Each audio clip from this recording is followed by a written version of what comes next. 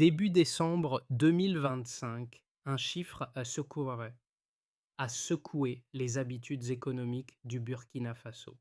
Entre janvier et novembre, le pays a remboursé 2 milliards de FCFA, réduisant sa dette intérieure à 161 milliards de FCFA contre 370 milliards un an plus tôt. Le président a mené cette transformation, architecte de cette stratégie budgétaire, a changé la donne. Mais ce remboursement massif pose une question cruciale. À qui profite cette libération de liquidités et quels en sont les véritables coûts indirects? La promesse d'un changement économique radical est-elle réelle? La réponse dépasse les chiffres. Le Burkina Faso, où le pays a pris un virage décisif avec le remboursement de sa dette intérieure, en allégeant une dette de 200 milliards de FCFA, le président a mené cette transformation promet de redonner de la respiration à l'économie nationale. Mais cette action n'est pas seulement une opération comptable, elle a des implications profondes pour l'ensemble du pays. Les acteurs du secteur privé, les investisseurs nationaux et la population sont directement concernés par cette libération de liquidités. La question qui se pose désormais est de savoir si ce mouvement de fonds pourra stimuler durablement l'économie sans générer de nouveaux risques cachés. Le président a mené cette transformation semble parier sur une autonomie financière renforcée. Mais peut-on réellement se passer d'une aide extérieure et maintenir un équilibre dans la croissance? Cette libération d'argent pourra-t-elle vraiment revitaliser les secteurs agricoles, industriels et miniers? Ou s'agit-il d'un ajustement temporaire? Ces enjeux de confiance, de liquidité et de stabilité seront cruciaux dans les mois à venir. La réduction de la dette intérieure du Burkina Faso a frappé l'imagination avec son ampleur.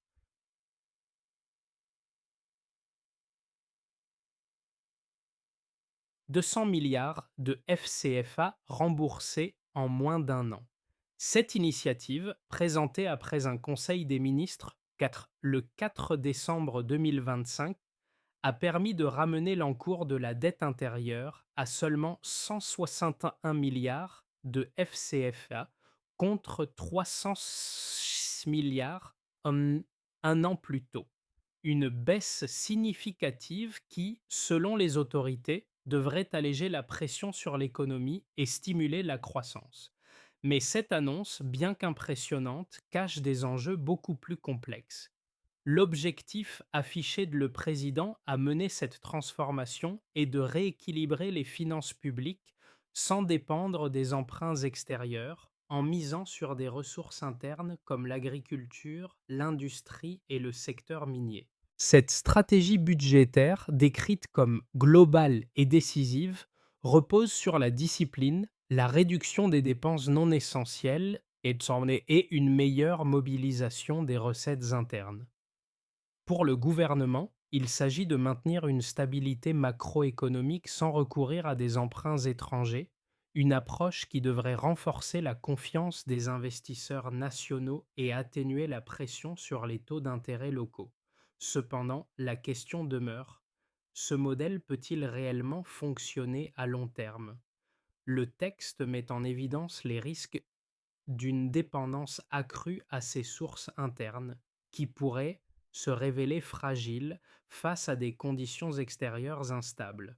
Le secteur agricole, par exemple, reste vulnérable aux conditions climatiques et l'industrie est encore en phase de développement. Les industries extractives, bien qu'un moteur économique, est soumis à des fluctuations de prix mondiaux. La durabilité de cette stratégie dépendra donc de la capacité du pays à maintenir ses efforts sans que de nouveaux défis n'émergent. Le président a mené cette transformation, président du Burkina Faso, est le moteur de cette transformation budgétaire. Son rôle ne se limite pas à une simple gestion des finances publiques, mais à une vision plus large de souveraineté économique. Avec une dette intérieure autrefois lourde, le pays a décidé de se libérer des emprunts externes pour rétablir un équilibre économique. Cette décision marque un tournant. En réduisant massivement sa dette intérieure, l'État espère donner un coup de pouce au secteur privé tout en stabilisant la macroéconomie. Les premiers effets de cette stratégie sont déjà visibles. La liquidité retrouvée devrait libérer les entreprises locales de certaines contraintes financières, notamment en réduisant les coûts du crédit. Pour le secteur privé, c'est une bouffée d'air frais, mais l'impact est-il aussi bénéfique pour tous les acteurs? Pour les entreprises locales, une réduction de la pression sur les taux d'intérêt pourrait offrir davantage de marge de manœuvre pour investir et se développer. Cependant, cette libération de liquidités pourrait également ne pas suffire à compenser les défis plus larges qui subsistent, notamment les difficultés structurelles dans des secteurs comme l'agriculture ou l'industrie. L'objectif de Traoré est clair: créer une stabilité économique durable sans dépendance extérieure. Mais à ce stade, il est encore difficile de prédire l'avenir. Le remède qu'il propose, bien que prometteur, devra faire face à l'épreuve du temps. Le véritable test résidera dans la capacité du gouvernement à maintenir cette stratégie tout en affrontant les fluctuations économiques mondiales et les défis internes. L'impact du remboursement de la dette intérieure s'est fait sentir immédiatement au Burkina Faso, marquant un tournant dans la gestion économique du pays. Entre janvier et fin novembre 2025, l'État a remboursé un 200 milliards de FCFA, réduisant sa dette intérieure de manière significative, passant de 370 milliards à 161 milliards de FCFA. Cette décision, dévoilée après le Conseil des ministres du 4 décembre, est perçue comme un signal fort envoyé aux investisseurs et aux créanciers. Le Burkina Faso reprend le contrôle de sa trajectoire budgétaire. Le processus de remboursement a été un effort concerté, combinant des ressources internes issues de l'agriculture, de l'industrie de transformation et du secteur minier. L'objectif du gouvernement est de créer une indépendance financière en réduisant la dépendance aux prêts extérieurs, tout en libérant des liquidités pour soutenir l'activité économique interne. La promesse est claire. Ce remboursement ne doit pas être vu comme un événement ponctuel, mais comme le début d'une stratégie plus large visant à stabiliser les finances publiques sans compromettre la croissance du pays. Le plan a été exécuté avec une rigueur budgétaire stricte. Les dépenses non essentielles ont été réduites, tandis que les recettes internes ont été augmentées grâce à une mobilisation accrue des ressources domestiques. Le secteur agricole a joué un rôle clé dans ce processus. Des investissements dans l'irrigation ont permis de stabiliser la production agricole, rendant les récoltes plus régulières et, par conséquent, générant un flux de revenus plus stable pour l'État. Parallèlement, le secteur minier, avec ses ressources naturelles comme l'or, a contribué de manière significative à cette dynamique. Pour le gouvernement, l'objectif était de montrer que le pays peut financer son développement sans recourir à une nouvelle spirale d'endettement extérieur. Mais les défis restent nombreux. Les acteurs du secteur privé, par exemple, bénéficient certes de la libération de liquidités, mais il devra faire face à une concurrence accrue et à un environnement économique mondial instable. De plus, bien que la situation de la dette intérieure semble sous contrôle, les risques d'une dépendance accrue aux recettes agricoles et minières persistent. Les résultats immédiats de cette politique sont évidents. Les taux d'intérêt locaux commencent à se stabiliser, offrant une meilleure prévisibilité aux entreprises. Les investisseurs nationaux semblent avoir retrouvé confiance et le secteur privé bénéficie d'une certaine détente financière. Cependant, la question de la durabilité de cette stratégie reste ouverte. L'économie burkinabé est encore largement tributaire des conditions climatiques pour l'agriculture, de la fluctuation des prix mondiaux pour les minéraux et de la capacité du gouvernement à maintenir une discipline budgétaire stricte. Une autre dimension de cette stratégie repose sur la gestion des arriérés et des délais de paiement. L'État, en remboursant sa dette intérieure, a également réduit la pression sur les flux financiers du secteur privé. Cela permet aux entreprises de planifier plus efficacement et de mieux gérer leurs fonds de roulement, réduisant ainsi leur dépendance aux crédits mais coûteux. C'est un cercle vertueux qui se crée, où chaque acteur économique bénéficie de la libération de liquidités. Cependant, cette libération ne doit pas être prise comme un signe d'une stabilité acquise. Le test majeur résidera dans la capacité du gouvernement à maintenir cette dynamique face aux incertitudes mondiales. La discipline budgétaire devra perdurer et les efforts de collecte des recettes internes devront être soutenus sans trop de pression sur les secteurs vulnérables comme l'agriculture. La question qui se pose alors est simple. Cette stratégie peut-elle résister à la volatilité économique et géopolitique ou le Burkina Faso devra-t-il à nouveau se tourner vers les emprunts extérieurs dans un avenir proche? Le remboursement de la dette intérieure par le Burkina Faso a été marqué par des chiffres impressionnants, mais ce n'est pas seulement l'ampleur de ce remboursement qui en fait un tournant, c'est aussi l'impact mesurable qu'il pourrait avoir sur l'économie nationale à court et moyen terme. En 2025, l'État a remboursé 200 milliards de FCFA, une somme colossale qui a permis de faire baisser l'encours de la dette intérieure à 161 milliards de FCFA contre 370 milliards l'année précédente. Cette baisse de 209 milliards de FCFA, soit une réduction de plus de 56%, marque un changement significatif dans la gestion de la dette publique du pays. Les effets immédiats de cette réduction sont palpables.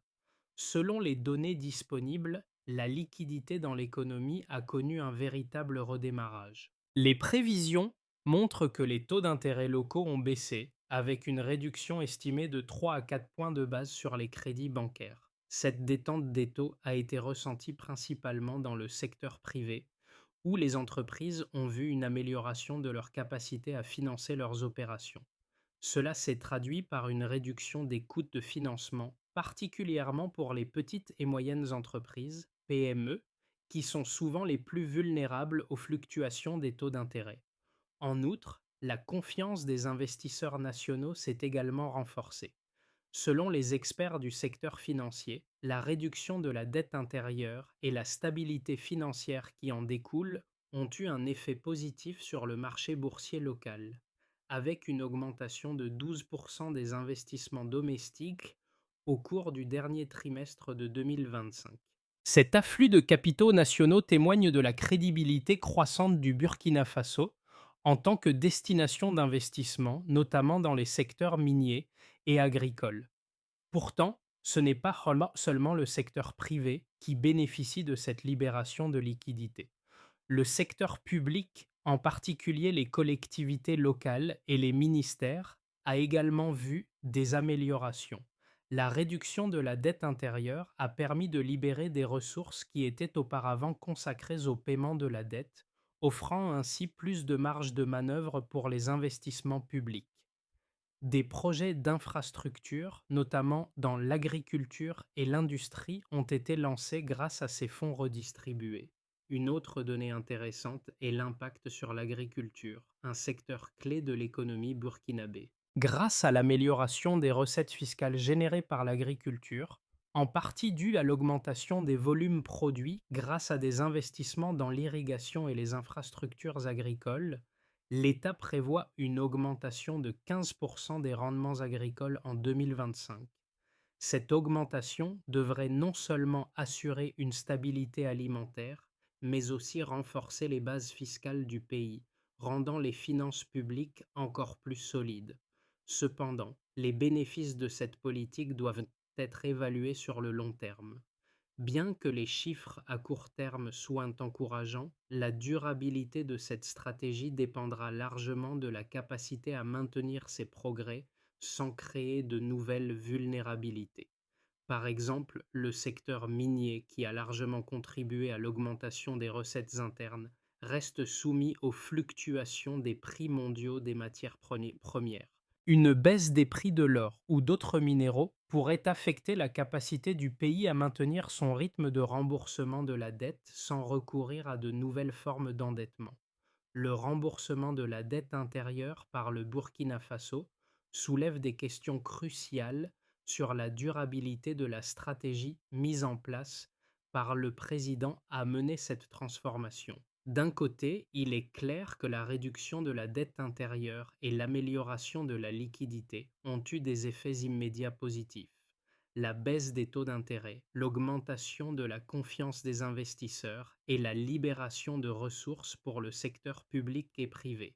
Cependant, il existe des arguments qui nuancent cette vision optimiste et soulignent les risques à long terme. Le premier argument contre cette stratégie est que la dépendance du Burkina Faso a des recettes internes volatiles, telles que celles provenant de l'agriculture et du secteur minier, pourraient rendre le pays vulnérable aux fluctuations économiques mondiales.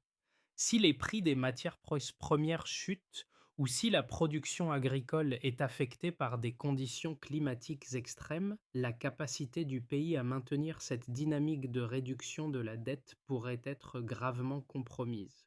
Par exemple, une baisse des prix de l'or pourrait entraîner une diminution significative des recettes fiscales, ce qui rendrait difficile le maintien des remboursements de la dette sans augmenter les emprunts externes. De plus, bien que la réduction de la dette intérieure ait libéré des liquidités, il est important de se demander si ces liquidités sont utilisées de manière optimale. La capacité du pays à investir efficacement dans des secteurs cruciaux pour son développement, comme l'agriculture, l'industrie et les infrastructures, sera déterminante pour la pérennité de la stratégie. Si ces investissements échouent à générer les rendements attendus, le pays pourrait se retrouver dans une situation où la baisse de la dette intérieure a été compensée par des dépenses inefficaces. Enfin, un autre point de critique réside dans le fait que le Burkina Faso pourrait être contraint de continuer à gérer une dette, même si elle est principalement intérieure, ce qui pourrait limiter la flexibilité budgétaire à long terme. En effet, une gestion rigoureuse des finances publiques, bien que nécessaire, pourrait également réduire les marges de manœuvre pour les nouveaux projets ou initiatives gouvernementales, créant ainsi un cycle d'austérité prolongé. Dans ce contexte, le défi pour le président à mener cette transformation sera de maintenir l'équilibre entre la discipline budgétaire et la nécessité de stimuler l'économie sans créer de nouvelles tensions économiques ou sociales. La question demeure: la stratégie du Burkina Faso peut-elle résister aux chocs externes ou s'agit-il d'un modèle fragile qui nécessitera à terme de nouveaux ajustements? Le remboursement de la dette intérieure du Burkina Faso est un premier succès indéniable, mais la véritable question reste: cette stratégie peut-elle durer? Si, à court terme, la réduction de la dette et la libération de liquidités semblent apporter des bénéfices immédiats, la durabilité de cette dynamique dépendra des actions futures du gouvernement. Le processus de désendettement a permis de libérer des ressources pour l'économie, mais il est crucial de voir si ces ressources seront utilisées de manière productive. L'agriculture, l'industrie et le secteur minier sont les principaux moteurs de cette stratégie. Le Burkina Faso, où le pays doit maintenir l'augmentation des recettes internes tout en réduisant sa dépendance à l'endettement extérieur. Si ces secteurs parviennent à se stabiliser et à croître, la trajectoire économique du Burkina Faso pourrait effectivement changer de manière durable. Cependant, si des perturbations externes, comme une chute des prix des matières premières ou des crises climatiques, frappent ces secteurs, la stabilité économique pourrait rapidement s'effondrer. Ainsi, le vrai test pour le président a mené cette transformation et son équipe sera de gérer la croissance à long terme sans s'écarter des principes de discipline budgétaire qui ont rendu cette réussite possible. L'avenir économique du pays dépendra de ses choix. Les conséquences de la réduction significative de la dette intérieure du Burkina Faso, bien que principalement économiques, ont des répercussions plus larges, touchant plusieurs groupes d'acteurs au sein de la société. Le processus de désendettement a permis de libérer des liquidités dans l'économie, ce qui a directement influencé les taux d'intérêt locaux et renforcé la confiance des investisseurs nationaux. Cependant, ces changements n'affectent pas tous les secteurs de la même manière. Du côté des ménages, la réduction de la pression sur les taux d'intérêt pourrait alléger le coût du crédit, facilitant ainsi l'accès au financement pour des projets personnels ou professionnels. Par exemple, les agriculteurs, souvent les plus vulnérables aux hausses des taux d'intérêt, pourraient bénéficier de conditions de crédit plus favorables. L'agriculture, en particulier, pourrait voir des améliorations grâce à des investissements dans l'irrigation et la modernisation des techniques agricoles, créant ainsi des opportunités pour les familles rurales. Pour les entreprises, en particulier pour les petites et moyennes entreprises PME, la réduction des taux d'intérêt est un facteur clé. L'allègement de la dette intérieure permet de réduire les arriérés et d'assouplir les flux de trésorerie, offrant aux entreprises une plus grande marge de manœuvre pour financer leurs opérations et leurs investissements. L'accès à un crédit moins cher et des conditions économiques plus stables pourrait stimuler la croissance des PME, contribuant ainsi à la création d'emplois et à l'expansion du secteur privé. Le secteur public, qui bénéficie directement de la libération de liquidités, voit également un soulagement. En réduisant la dette intérieure, l'État a plus de flexibilité pour financer ses projets sans avoir à recourir à des emprunts extérieurs. Cela ouvre la voie à des investissements dans des infrastructures cruciales, telles que des routes, des écoles et des hôpitaux, qui sont essentiels pour améliorer la qualité de vie des citoyens et soutenir le développement à long terme du pays. Par ailleurs, la réduction de la dette offre au gouvernement plus de marge de manœuvre pour réagir face aux urgences économiques ou sociales. Sur le plan macroéconomique, cette réduction de la dette intérieure a des effets positifs sur le marché financier. La confiance renforcée des investisseurs nationaux a stimulé les investissements en bourse et dans d'autres instruments financiers locaux. Une plus grande stabilité des taux d'intérêt et une meilleure transparence budgétaire ont également contribué à attirer davantage d'investissements étrangers. Cependant, cette dynamique reste fragile et dépend de la capacité du gouvernement à maintenir la discipline budgétaire et à éviter de nouvelles pressions sur les finances publiques. Toutefois, bien que les résultats immédiats soient positifs, l'ampleur des effets à long terme dépendra de plusieurs facteurs. L'agriculture et les industries nationales, principalement axées sur des ressources naturelles vulnérables aux fluctuations mondiales, devront rester compétitives et résilientes face aux chocs externes. Les industries extractives, moteurs de l'économie, est particulièrement exposées aux variations des prix mondiaux des matières premières. Ainsi, si les conditions mondiales se détériorent, le Burkina Faso pourrait se retrouver dans une position où la réduction de la dette devient plus difficile à maintenir.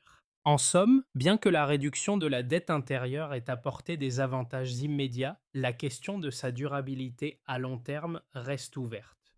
Le succès de cette stratégie dépendra de l'équilibre entre l'autonomie financière accrue et la gestion prudente des ressources internes, tout en tenant compte des risques externes qui pourraient affecter les secteurs clés de l'économie. Dans les 6 à 12 mois à venir, le Burkina Faso pourrait connaître 3 trajectoires possibles, chacune dépendant de la façon dont le gouvernement parvient à gérer ses finances et ses secteurs clés face à des défis internes et externes.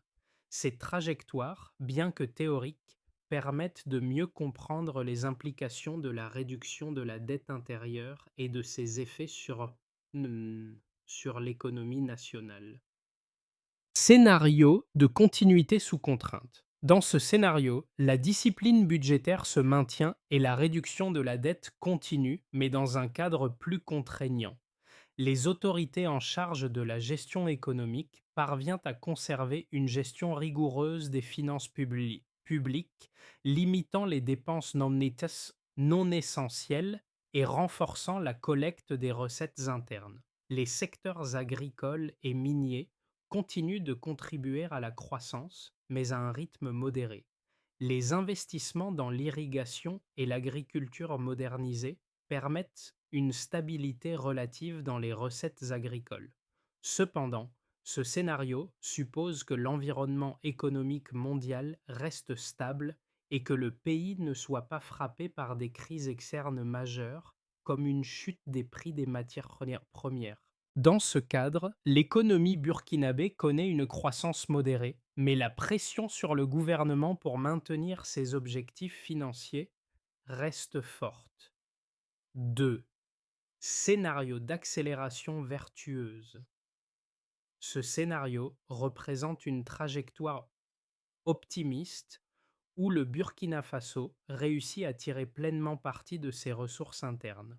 Les investissements dans l'agriculture et le secteur minier portent leurs fruits, permettant une augmentation significative des recettes internes.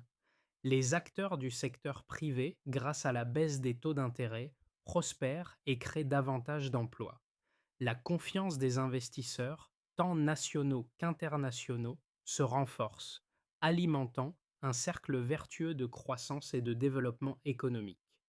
Dans ce scénario, l'État réussit à maintenir une discipline budgétaire tout en soutenant la croissance des secteurs clés. Les réformes en cours sont perçues comme un modèle de souveraineté économique, ce qui permet au Burkina Faso de réduire davantage sa dépendance aux emprunts extérieurs et de se stabiliser économiquement. 3. Scénario de retour de la tension. Dans ce scénario, des facteurs externes ou internes viennent perturber la dynamique économique positive du pays. Les prix des matières premières, en particulier de l'or, chutent et l'agriculture subit des perturbations dues à des conditions climatiques difficiles. Les autorités en charge de la gestion économique se retrouvent dans une position difficile, où ils doivent arbitrer entre maintenir la discipline budgétaire et répondre aux besoins de financement immédiats. La réduction de la dette pourrait ralentir ou même s'arrêter, et le pays pourrait se retrouver à devoir faire face à une nouvelle augmentation de la dette, notamment en raison de la pression exercée par les dépenses publiques. La confiance des investisseurs commence à s'effriter et le secteur privé ressent à nouveau des tensions financières avec une reprise des taux d'intérêt. Dans ce scénario, le Burkina Faso pourrait se retrouver dans une situation de stagnation économique, avec des risques d'instabilité accrue. La politique économique du gouvernement du Burkina Faso, incarnée par le président, a mené cette transformation. Ne touche pas seulement les chiffres de la dette ou les indices financiers. Elle a des répercussions concrètes sur la vie quotidienne des citoyens et des acteurs économiques. Pour les ménages, en particulier ceux qui vivent dans les zones rurales ou dépendent de l'agriculture, les résultats de cette politique se traduisent par une plus grande prévisibilité des revenus. La modernisation de l'agriculture et la réduction de la pression sur les taux d'intérêt ouvrent de nouvelles possibilités. Par exemple, un producteur agricole qui bénéficiait de crédits coûteux pourrait maintenant obtenir des prêts à des conditions plus favorables, facilitant l'investissement dans son exploitation. De plus, pour les petites et moyennes entreprises, la libération de liquidités et la réduction des coûts de financement représentent un véritable levier de croissance. Un entrepreneur local peut désormais envisager des projets d'expansion ou d'innovation qu'il aurait hésité à entreprendre auparavant. Cette dynamique est cruciale pour le développement économique du pays, car elle crée des emplois, soutient la croissance des revenus et renforce l'indépendance économique à long terme. Mais au-delà des chiffres et des prévisions économiques, l'essentiel réside dans la question suivante. Comment maintenir cette trajectoire sans compromettre les efforts pour construire un Burkina Faso plus résilient, plus autonome et plus prospère? La réponse à cette question ne dépendra pas seulement de la discipline budgétaire, mais aussi de la capacité de chaque acteur, qu'il soit gouvernemental ou privé, à s'engager dans une transformation durable de l'économie pour garantir la pérennité de la stratégie de réduction de la dette intérieure et des réformes économiques au Burkina Faso. Il est impératif de suivre une feuille de route claire et structurée.